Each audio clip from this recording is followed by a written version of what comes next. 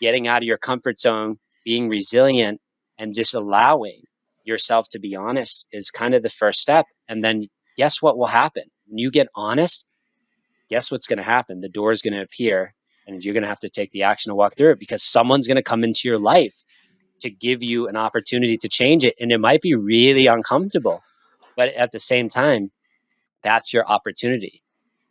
Absolutely. Thanks for sharing that. And again, if you're listening, just have the courage to reach out, right? Whether that's to Jesse, myself, somebody else, you need to reach out to somebody if you really feel like you need that support. Jesse, you're an author of 2 books. Most recently, if not you, then who?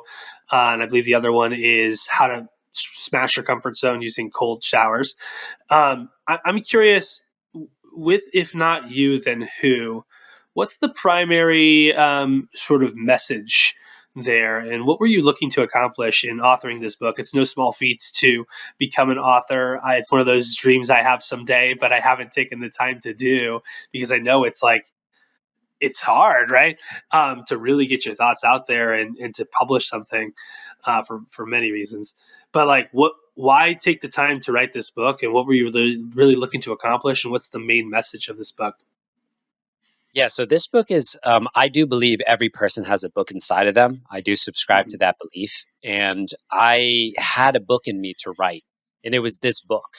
There was this, there was this story that I would tell, especially at 22 being arrested. And I would share these, and people would be like, man, I'd really like to hear that whole story because I think it could help my brother, my uncle, my aunt, someone I know. And so I had it in me for many years to tell that part of the story. But I didn't have the second half of the story yet, which was the toolkit people could use to get out of those situations. And that took my whole second half to, like I said, ask for help, get mentors, get coaches. And and that's how the second half of the book really get written. The first half of the book is my story. It's just told most authentically as I can, all of it, the arrests, the traumas, all of it. And then the whole second half of the book is a toolkit.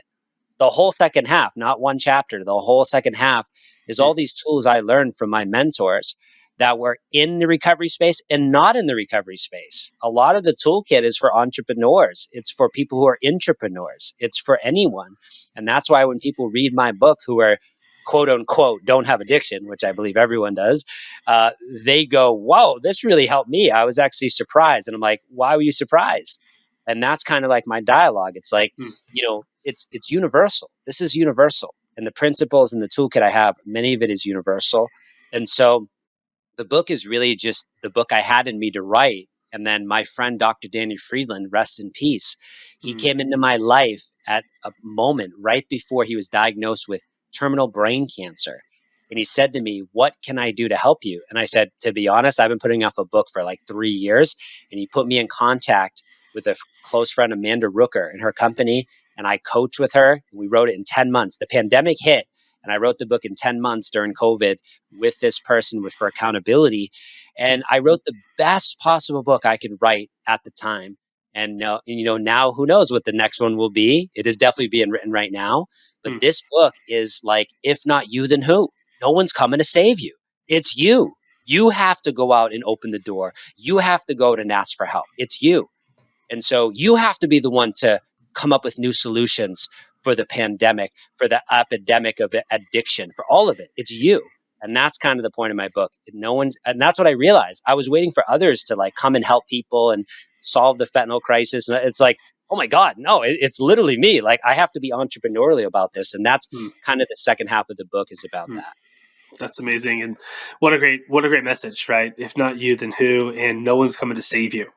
And how often are we just, I think especially these days kind of stuck in this perpetual adolescence, as a society, where, there's just a bunch of 35-year-old, 15-year-olds, getting out there, 45-year-old, 15-year-olds or 55, 15-year-olds. And we just never grew up. Right. And it's like, we have to, if we want to make any sort of change in the world, which obviously if you're listening to this show, you have that sort of drive in you. And if you're on this show, Jesse, you have the drive in you. We have to be the ones who step up. So thank you for that. Walk me through, some of the work that it's kind of a cool story of how we met, right? Because we had an opportunity to interact fairly briefly. It was like a weekend event with John Berghoff, and I remember having a great time and learning so much. I know you're integrally, kind of connected with him in that community. Um, and also, I remember you just getting started at that moment, and I was like, "This guy's got something." Like, I really like him. I'm rooting for him.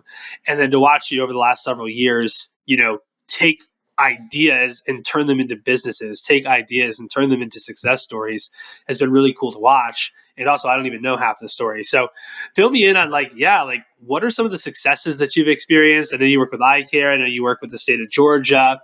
Obviously you're a published author. So like talk to us about entrepreneurship and how this all you kind of bridge the gap into that.